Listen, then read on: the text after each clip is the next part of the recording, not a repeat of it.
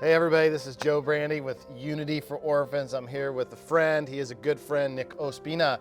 We both went to Ecuador last summer. When we went to Ecuador, Nick, how did you get connected to Ecuador? My dad moved from Colombia to Ecuador in 1984, and so I've been visiting the country for the past, 3 decades. I moved there in 2012, and I ran my family's tuna factory till 2018, and I completely fell in love with the country, the people, the food, the culture, and I was really impressed how in Ecuador, family and friendships are valued. They're like the number one thing that's important to the culture there. And here in America, we just get so lost, and just in the rat race. And I really enjoyed the slower, family-oriented culture down there. When I was there, I went to a church and I met some amazing Ecuadorian ministry partners.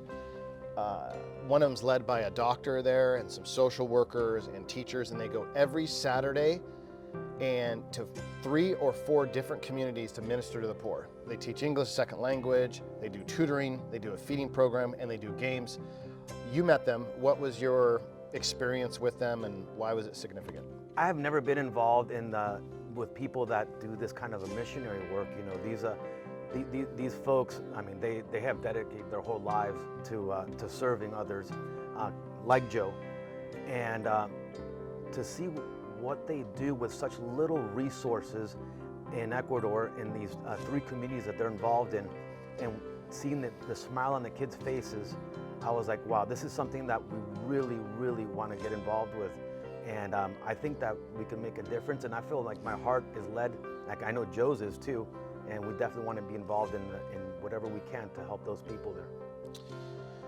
When we were there, we got to go to a community center where I turned to this little girl and I'm like, God, give me a sign. Should we partner here, Unity for Orphans?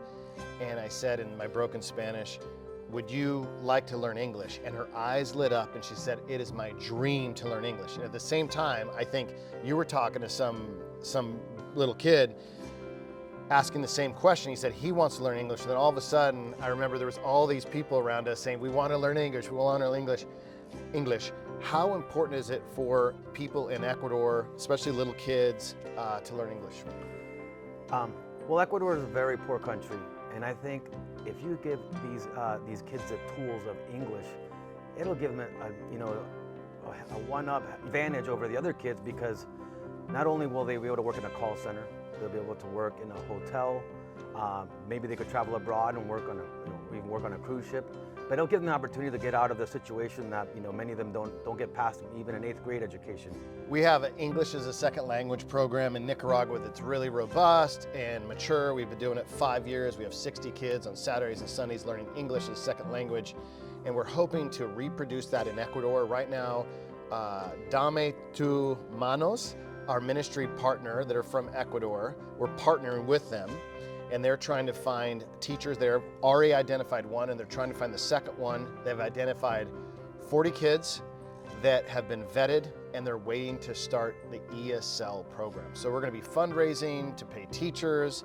God's given me a vision, given us a vision to step into these communities that don't have a lot of opportunity and infuse them with hope and vision for their life through English, through counseling, through tutoring, and of course through the love of God. And any last words? Yeah, last night I was going over some of the photos because Joe and I are trying to plan a trip back to Ecuador, and one of the centers is basically a dirt lot with pallets around the walls, and these kids are just so eager to learn English and just to be there, and I'm just really looking forward to helping these kids out. You being our community, we can make major impact in Ecuador, where these children that are from less fortunate situations can learn English as a second language on Saturdays. We're gonna build a program there. It's gonna be robust, it's gonna be excellent, and we'd love to invite you into this. If you wanna give financially, go to our website, unity4orphans.com, look for Education for Change. We also have an Ecuador section. It's super simple to give, it's super simple to spread the word. We cannot do this without you. Join our team.